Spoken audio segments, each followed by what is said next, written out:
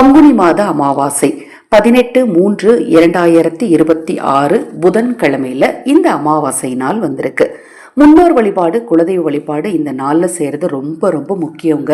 நீங்கள் இந்த வருடம் முழுவதும் அமாவாசைக்கு திதி கொடுக்க முடியலைங்க, இந்த வருடம் சூழ்நிலை காரணமாக என்னால் தர்ப்பணம் கொடுக்க முடியல அப்படிங்கிறவங்களாம் இன்றைய நாளில் தவறாமல் முன்னோர் வழிபாடு செய்யுங்க.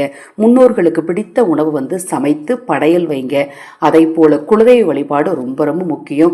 குலதெய்வத்துக்கு வீட்லேயும் நிலைவாசல்லையும் தீபத்தை ஏற்றுங்க. உங்களால் முடிஞ்ச அளவு பார்த்தீங்கன்னா பசுவிற்கு உணவளிங்க, அது மாதிரி காகத்திற்கு உணவளிக்கிறது, இதை மாதிரி விஷயங்கள் எல்லாம் அமாவாசை நாளில் நீங்கள் செய்யும் போது பித்ரு தோஷம் நீங்கும். ஜாதக ரீதியாக உங்களுக்கு இருக்கக்கூடிய தோஷங்களின் வீரியம் உங்களுக்கு குறையுங்க.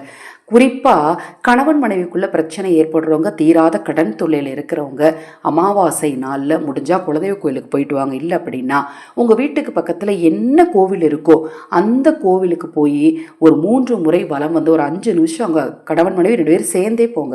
போய் கும்பிட்டுட்டு வந்தீங்க அப்படின்னா கணவன் மனைவிக்குள்ள ஒற்றுமையும் புரிதலும் ஏற்படுங்க. இந்த நாளில் இரவு தூங்குறதுக்கு முன்னாடி இப்போ நான் சொல்லக்கூடிய இந்த 3 பொருளை ஒரு சின்ன மூட்டையாக கட்டி உங்கள் தலையினை கடியில் வச்சுட்டு தூங்குனீங்கன்னா தரித்திரம் அறவே நீங்கும், குடும்பத்தில் மகிழ்ச்சி உண்டாகும், உங்ககிட்ட இருக்கக்கூடிய எதிர்மறை ஆற்றல் நீங்கி பாசிட்டிவ் எனர்ஜி அதிகமாகுங்க. நம்ம சேனல்ல நான் போடக்கூடிய பதிவுகளில் உங்களுக்கு சந்தேகம் இருந்தாலும், அக்ஷயபாத்திரம் உணவளிக்கும் திட்டத்தின் மூலம் ஆதரவற்றவர்களுக்கு உணவளிக்க விரும்பினாலும், உங்கள் தனிப்பட்ட பிரச்சனைகள் எதுவாக இருந்தாலும் சரி, அந்த பிரச்சனைகளுக்கு ஏற்ற முறையான பரிகாரங்கள் செய்து கொள்ள விரும்பினாலும் 9344692042 இந்த வாட்ஸ்அப் எண்ணிற்கு தொடர்பு கொள்ளுங்க.